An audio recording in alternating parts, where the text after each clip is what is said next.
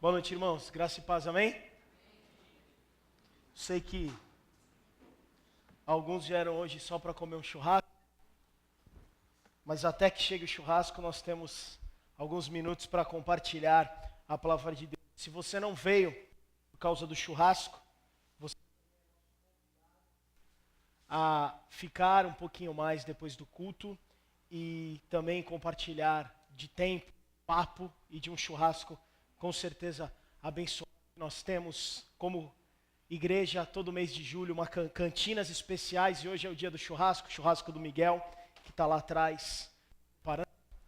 Você pode estar colaborando conosco nesse processo que nós temos aqui de contribuição e comunhão. Eu te convido a abrir comigo a Bíblia, Mateus 16, versículo 24 a 26. Como eu estou sem fio hoje, eu relembro as pessoas que dormem que se houver alguém dormindo, eu vou até a pessoa e vou.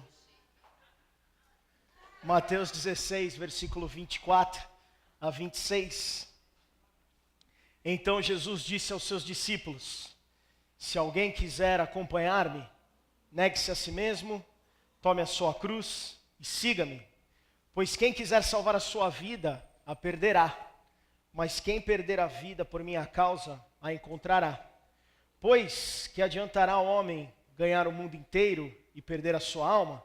Ou que o homem poderá dar em troca de sua alma? Esse texto, irmãos, é o primeiro momento do ministério de Jesus com os seus discípulos, onde Jesus começa a ser um pouco mais profundo, onde Jesus começa a ir num momento de profundidade com os seus discípulos. Até então Jesus vem chamando discípulos, Jesus vem fazendo milagres, ele vem mostrando para os seus discípulos a sua natureza messiânica, porém até esse momento um pouco na superficialidade. Esse é o primeiro momento que Jesus tem uma abordagem diferente com os discípulos. É como se nesse momento, a partir de Mateus 16, 24 a 26, irmãos, os discípulos mudassem de fase. É como se os discípulos fossem para uma nova fase. E o contexto desse texto, irmãos, Jesus está com seus discípulos em Cesareia de Filipe. E ele então encomenda como uma pesquisa de opinião. O versículo 13 aí de Mateus 16 diz o seguinte: chegando Jesus à região de Cesareia de Filipe, perguntou aos seus discípulos: quem os homens dizem que o Filho do Homem é? Jesus então queria saber o que eles estão dizendo aí. Quem eles dizem que eu sou? Eu quero ouvi-los. Eu quero que eles me digam o que eles pensam de tudo que eu estou fazendo. Jesus sabia que a mensagem dele, irmão, só poderia ser compreendida, bem compreendida, ela precisava ser ouvida a partir de uma consciência de quem estava falando. Jesus precisava ser compreendido não como mais um profeta, não como mais um pregador, mas as suas palavras precisavam ser compreendidas com alguém que era realmente o Filho de Deus. As pessoas precisavam ter a noção de que Jesus era o Jesus esperado, era o Filho de Deus. Não era só o que Jesus falava então, mas era o que Jesus era. Essa era a preocupação. Quem Jesus foi, irmãos, quem Jesus é, iluminava então tudo aquilo que ele falava.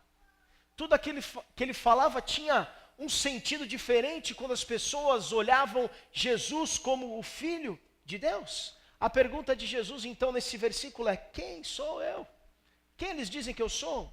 E Pedro responde muito bem no versículo 16, porque Pedro diz: tu és o Cristo, o Filho do Deus vivo. E Jesus responde: está acertado, eu sou o Messias, eu sou o Filho de Deus. E a partir desse momento, irmão, da consciência de que ele era o Messias, de alguns, de outros não, mas de alguns que estavam com Jesus, Jesus parte então a partir do versículo 22 e começa a falar da sua morte e da sua ressurreição. Em meio a tentativa de Jesus explicar para os seus discípulos sobre a sua morte e a sua ressurreição, Jesus faz então o convite para os seus discípulos. O convite que ele fez nos versículos que nós lemos, se vocês querem vir após mim, vocês precisam, se vocês querem me seguir, se vocês querem manter um relacionamento comigo, vocês precisam tomar a sua cruz. Vocês precisam pegar a sua cruz e me seguir. Vocês precisam negar a si mesmo, tomar a cruz sobre si e me seguir. O que Jesus está dizendo então a esses homens, irmãos, para aceitar esse convite, irmãos, o convite de Jesus para nós nessa noite, e naquele momento é importante que duas coisas sejam pensadas, sejam analisadas. Primeiro, para onde Jesus está indo? Jesus está dizendo, sigam-me. Tá bom, Jesus, mas para onde você está indo? E qual é o caminho que você vai percorrer? Você não acompanha alguém ou faz uma viagem sem saber qual é o destino. Se é campo, se é praia, se está frio. E o caminho, você vai de carro, você vai de ônibus, você vai de avião. Isso tende a nos fazer que a gente se prepare para seguir alguém, se prepare para caminhar com alguém. E a resposta de Jesus, então, para onde ele estava indo, está no versículo 28 de Mateus 16. Ele diz assim, garanto-lhes que alguns dos que aqui se acham não experimentarão a morte antes de verem o Filho do Homem vindo em seu reino. Para onde Jesus está indo? Jesus está indo para o seu reino. Jesus está indo para a sua glória, e é para lá que Jesus convidou os seus discípulos, é para lá que esse texto de Mateus nos convida, irmãos. Jesus está indo então para o seu reino glorioso, o reino de Deus, e o convite dele é: vocês querem vir comigo?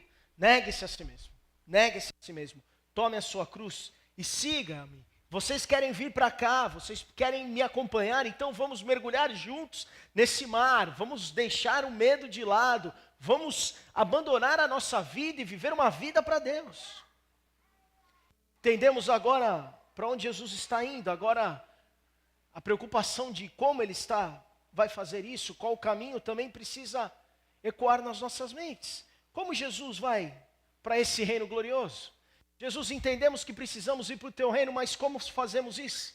E Jesus responde também nos versículos 24 e 26, Jesus está dizendo que a resposta é a cruz. Tome você a sua cruz. Vocês precisam tomar a cruz de vocês e me seguir. Vocês precisam a cada dia tomar a cruz e me seguir. E, irmãos, a busca por esse reino de glória, a ida de Jesus pelo reino de Deus para o reino de glória foi algo que no começo do ministério de Jesus, em Mateus 4, versículo 8 e 9, nós vemos Jesus sendo tentado para que ele pudesse negar essa glória, para que ele pudesse desviar o seu caminho, para que ele pudesse trocar a glória do Pai por uma glória terrena. O versículo 8 e 9 de Mateus 4 diz assim: depois o diabo levou a um monte muito alto e mostrou-lhe todos os reinos do mundo e o seu esplendor. Ele disse: tudo isto lhe darei, se você se prostrar e me adorar.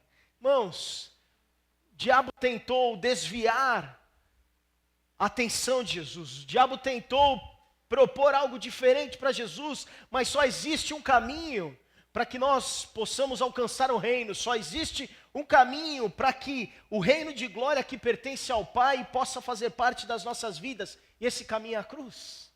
Só existe a cruz no nosso caminho, irmãos. Jesus não se chegou lá se prostrando, não chegou até esse reino se prostrando ao diabo, mas ele chegou até esse reino, ele conquistou esse reino se identificando com a vontade perfeita de Deus. E a vontade perfeita de Deus foi o que o seu Filho unigênito pudesse vir ao mundo e morresse naquela cruz por mim e por você. O convite de Jesus para nós não é: venham caminhar comigo nas ruas da Palestina. Não foi esse o convite para aqueles discípulos. Venha ouvir o que eu falo, venha na igreja comer churrasco, venha ter comunhão. Não, o convite de Jesus é algo mais radical, irmãos. É para que a gente possa perder a nossa vida pela causa de Cristo. É que a gente possa realmente carregar diariamente a nossa cruz e nós possamos viver para Jesus. Ed René diz que o cristianismo não é uma filosofia de vida. Não é uma filosofia de vida, um caminho de sabedoria. Cristianismo, irmãos, é uma experiência com Cristo verdadeiro que nos leva além do caminho da morte. É um convite para a ressurreição, é um convite para a vida, Vida eterna. É um convite para nós estarmos livres do pecado, é um convite para, além de fazermos boas obras, é um convite para nós vivermos uma vida para Deus. Nós vivemos uma vida amando a Deus, amando a Jesus.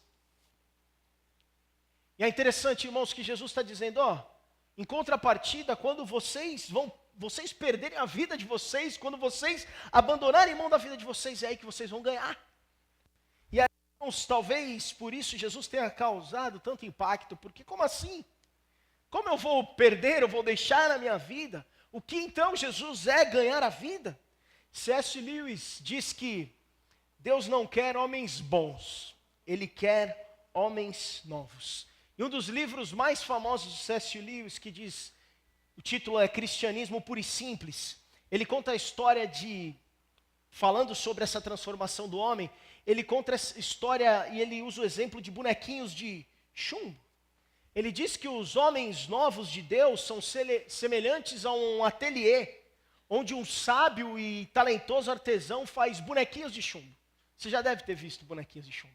E um dia, irmãos, naquele ateliê com muitos bonequinhos de chumbo, um daqueles bonequinhos ganha vida.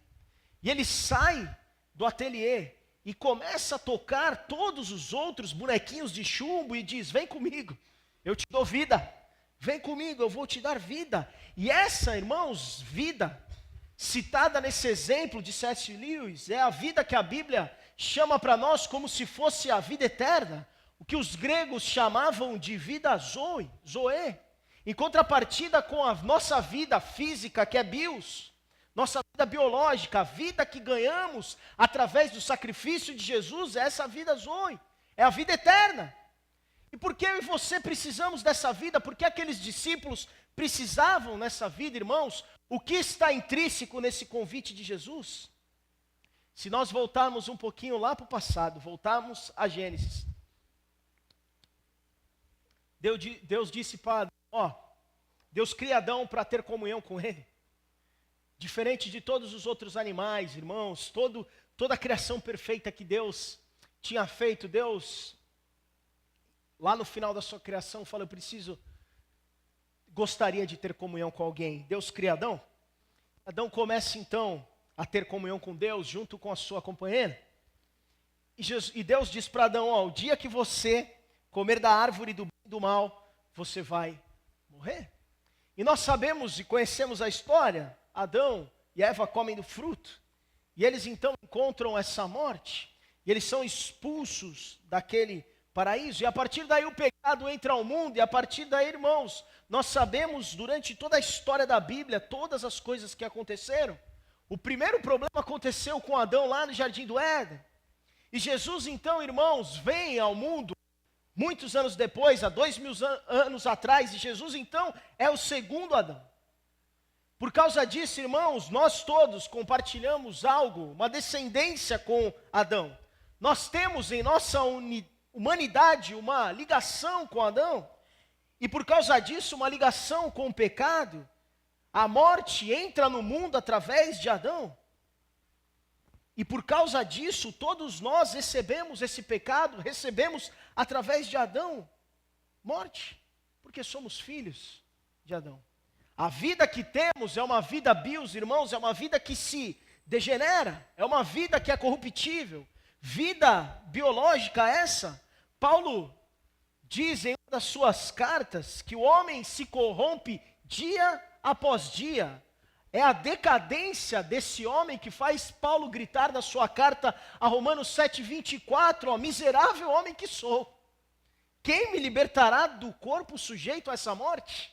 Miserável homem que sou. Em outra oportunidade Paulo fala, o bem que eu quero fazer eu não faço, mas o mal que eu não quero fazer eu faço. Isso é bios, irmãos, isso é vida corruptível por causa de Adão, por causa do pecado. Assim como a morte entra através desse homem, irmãos, a vida também entra através de um outro homem, do segundo Adão, Jesus. E Jesus vem então, Cordeiro Imaculado, e morre naquela cruz por mim e por você, para que o pecado fosse pago, para que nós pudéssemos ser tirados das trevas e pudéssemos ser direcionados para a luz. O Espírito de Deus, então, irmãos, é derramado sobre nós. Jesus nos chama então para uma vida eterna. Jesus nos chama para uma vida diferente. Enquanto, irmãos, nós teremos uma vida incorruptível no nosso corpo, nós teremos uma vida diferente, soprada pelo Espírito Santo de Deus.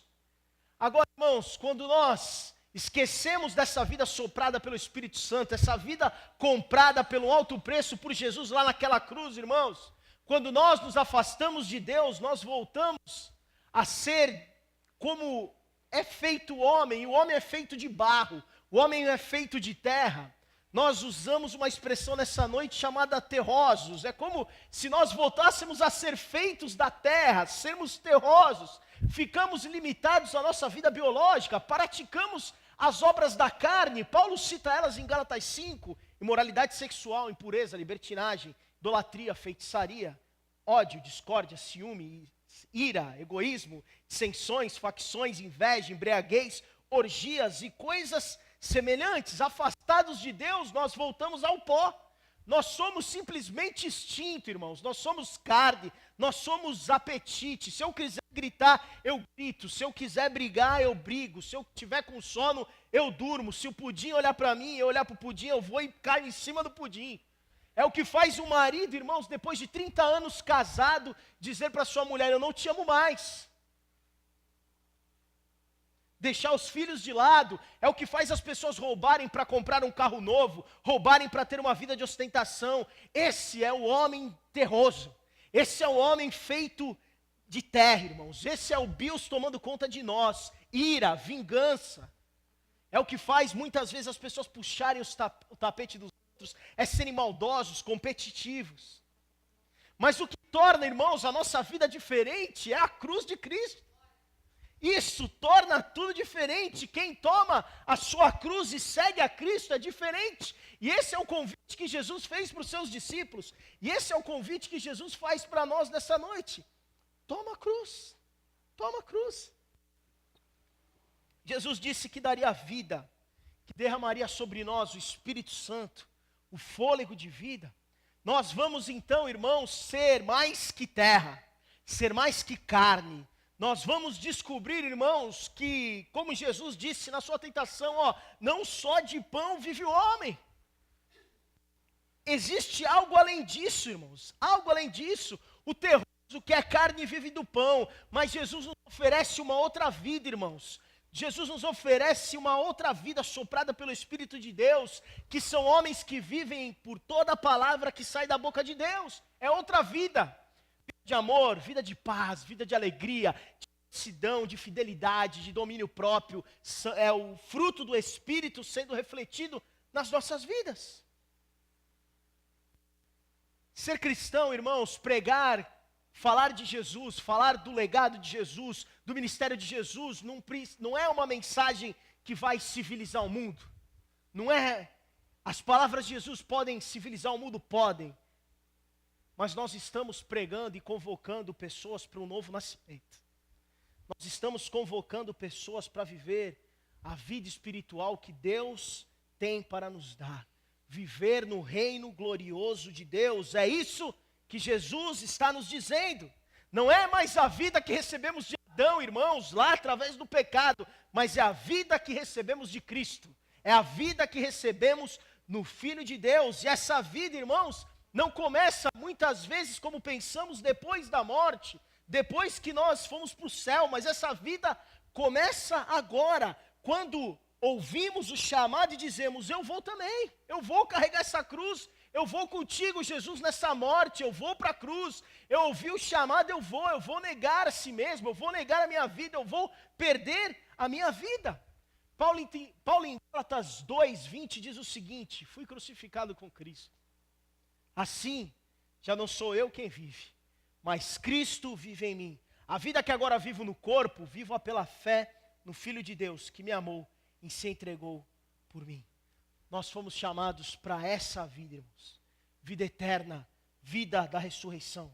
O convite de Jesus é: vem comigo, mergulha comigo nessa morte para que você tenha vida. Carregue essa cruz, negue a sua vida para que você possa ganhá-la. Vem me seguir. Romanos 6,4, Paulo diz: portanto, fomos sepultados com ele na morte por meio do batismo, a fim de que assim como Cristo foi ressuscitado dos mortos mediante a glória do Pai, também nós vivamos uma vida nova. Nós somos convidados, irmãos, para viver uma vida nova. Nós não estamos mais vivendo a vida de terroso de Adão, a herança de Adão. O chamamento de Deus, a convocação de Deus é para que nós possamos viver uma vida diferente, uma vida baseada no Espírito Santo de Deus. Uma vida diferente, uma vida baseada naquilo que Jesus deixou para nós. Mas, irmãos, ainda assim nós somos limitados, ainda assim o pecado tenta nos corroer, ainda assim, irmãos, quando a gente recebe um pisão no pé, aí o monstro aparece. Quando tiram um direito teu, irmãos, aí o bicho pega.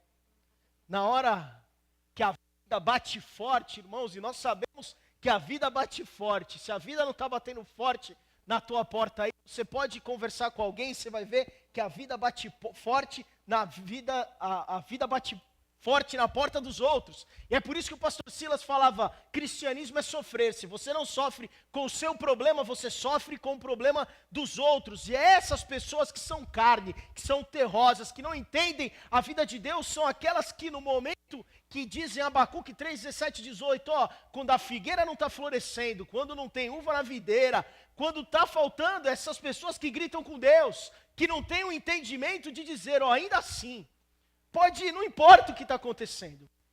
São somente os nascidos de espírito que podem dizer, ó, a figueira não está florescendo, não tem uva na videira, não tem safra de azeitona, não tem alimento na lavoura, não tem ovelha no curral, não tem boi nos estábulos. Ainda assim eu exultarei o Senhor e me alegrarei no Deus da minha salvação.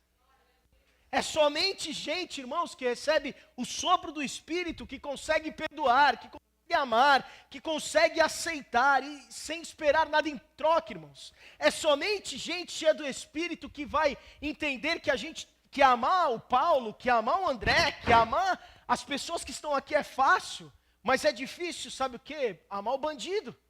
Até porque bandido bom não é bandido morto. Você precisa amar o bandido também, irmãos. Jesus está falando, ama o teu inimigo. Amar quem te ama é fácil.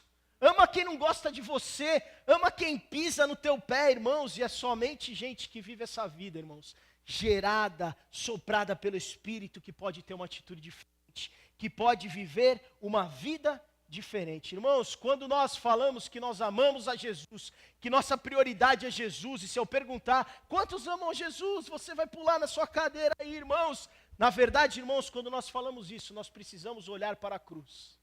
Nossa prioridade precisa ser a cruz. Viver em uma atitude permanente de crucificado. E viver uma atitude permanente de crucificado, irmãos, não tem nada a ver com vir na igreja. Não tem nada a ver com cantar, com tocar, com orar, com contribuir. Não tem nada a ver com isso. Tem a ver com que na sua vida, quando você sair aqui da igreja, quando você viver na sua casa, com a sua família, no seu trabalho, na escola, você possa viver uma vida de crucificado. Quem tem Jesus vive na cruz e tem essa atitude de crucificado. Quando então, irmãos, nós vivemos isso, nós podemos dizer como Paulo na segunda carta aos Coríntios 2,19, nós podemos ouvir como Paulo ouviu, a minha graça é suficiente para você, pois o meu poder se aperfeiçoa na fraqueza. E é quando Jesus diz para nós, e Deus fala, ó, faz a tua parte, carrega a tua cruz. E aí, deixa eu ser o advogado, deixa eu ser o justo juiz, deixa eu praticar a justiça, entrega o teu caminho para Deus. A atitude, irmãos, de crucificado foi a atitude que Jesus teve, descrita em Filipenses 2, versículos 5 a 7. Seja a atitude de vocês a mesma de Cristo Jesus, que embora sendo Deus, não considerou que o ser igual a Deus era algo a que devia apegar-se, mas esvaziou-se a si mesmo, vindo a ser servo, tornando-se semelhante aos homens. Fique na cruz, meu irmão. Tome a sua cruz. Esse é o chamado de Jesus para nós. É aí que o Espírito vai brilhar em você, vai brilhar em mim. Leandro, como eu pratico isso? Como eu pratico a perda da vida para ganhar? Irmãos, nós praticamos isso quando nós não vivemos para nós mesmos. Nós praticamos isso quando nós vivemos para Jesus. E quando nós vivemos para Jesus, irmãos, nós vivemos para quem está ao nosso lado. Quando nós vivemos para Jesus, nós vivemos para quem está do nosso lado. Só posso viver para Jesus quando eu vivo para o meu irmão. Eu vou ser Caxias, vou ser bem, fazer algo que eu não gosto de fazer, mas vira para quem está do teu lado e diz assim: só posso viver para Jesus vivendo para você, meu irmão querido.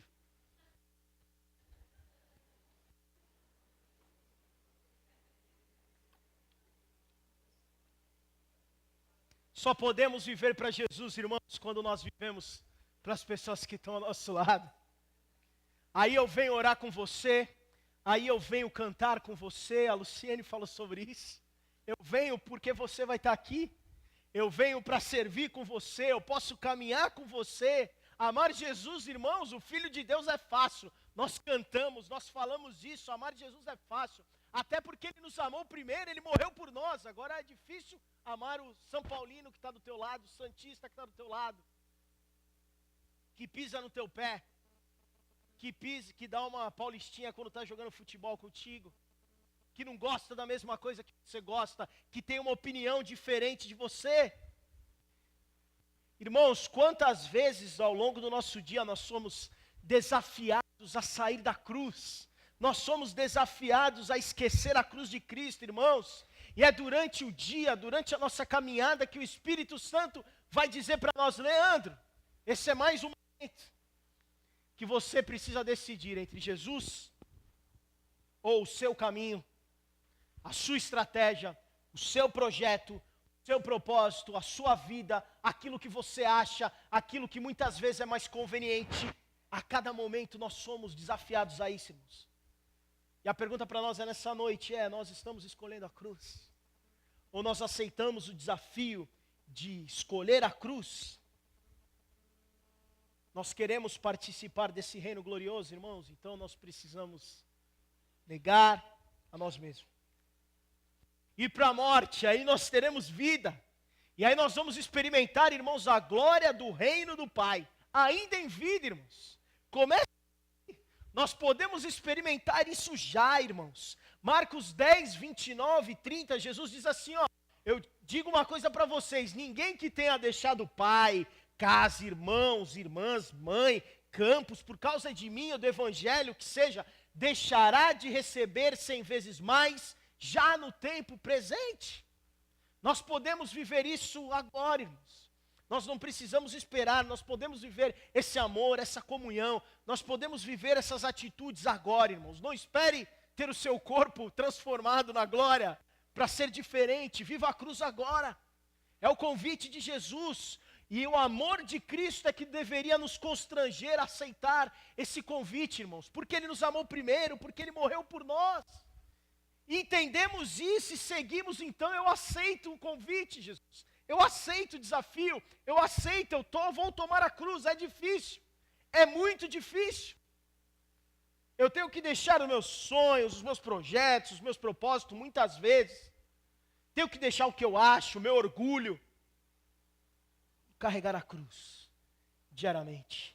2 Coríntios 5, 14, 15, Paulo diz o seguinte: pois o amor de Cristo nos constrange, porque estamos convencidos de que um morreu por todos, logo, todos morreram. E Ele morreu por todos, para que aqueles que vivem, já não vivam mais para si mesmos, mas para aquele que por eles morreu e ressuscitou. Esse amor nos constrange para que a gente não viva mais para nós mesmos, irmãos, mas que a gente viva para aquele que morreu e ressuscitou. Nós temos um privilégio, irmãos, nós temos um privilégio de sermos identificados com o Filho de Deus na sua morte e experimentar na nossa vida a ressurreição, experimentar uma vida nova, irmãos. Temos o privilégio de contemplar a face gloriosa de Jesus e o brilho dessa face gloriosa de Jesus refletir na nossa vida, irmãos. E aí quando nós andarmos por aí, as pessoas vão olhar para nós e ver, pô, não eram esses caras que eram carpinteiros e pescadores? Esses caras estão agora andando com esse Jesus. Eles tinham a face de Cristo, irmãos. Nós podemos ser reconhecidos como pessoas que vão brilhar a glória de Deus, vão refletir a glória de Deus. Teremos a face de Cristo. Jesus nos chama para a vida eterna, irmãos. Jesus nos chama para a vida da ressurreição, participar do reino glorioso de Deus, onde a vontade é feita na terra e no céu. Vamos para essa cruz, irmãos, com Ele, com Deus. Isso vai nos trazer vida. Isso vai nos trazer, irmãos, participação nesse reino. E é o Espírito Santo que coloca essa capacidade em nós, para que a glória de Deus, por onde nós andarmos, possa ser refletida nas nossas vidas. E que nós possamos abençoar pessoas com a bênção de Deus que está sobre nós. Que possamos tomar a nossa cruz diariamente. Que Deus nos abençoe. Feche os teus olhos, Pai. Nós te agradecemos, Pai, pelo teu Filho enviado por morrer por nós, Pai. E esse amor que foi demonstrado naquela cruz é um amor que nos constrange, Pai. É um amor que foi dado primeiro, Pai, e por isso nós queremos aceitar o desafio de carregar a cruz diariamente, Pai. De perder a nossa vida para que possamos ganhar a tua vida. De perder, Pai, a vida de carne, a vida de morte, a vida de pecado, para ganhar a vida contigo, a vida eterna, para que possamos refletir a tua glória, Pai. Nos dá essa capacidade, Pai. Nos ajuda, nos dá esse desejo, Pai, nos nossos corações, que possamos viver carregando essa cruz, Pai. Que possamos perder a nossa vida diariamente, para que possamos ganhar a tua vida. Para a honra e glória do teu nome, Jesus. É a minha oração.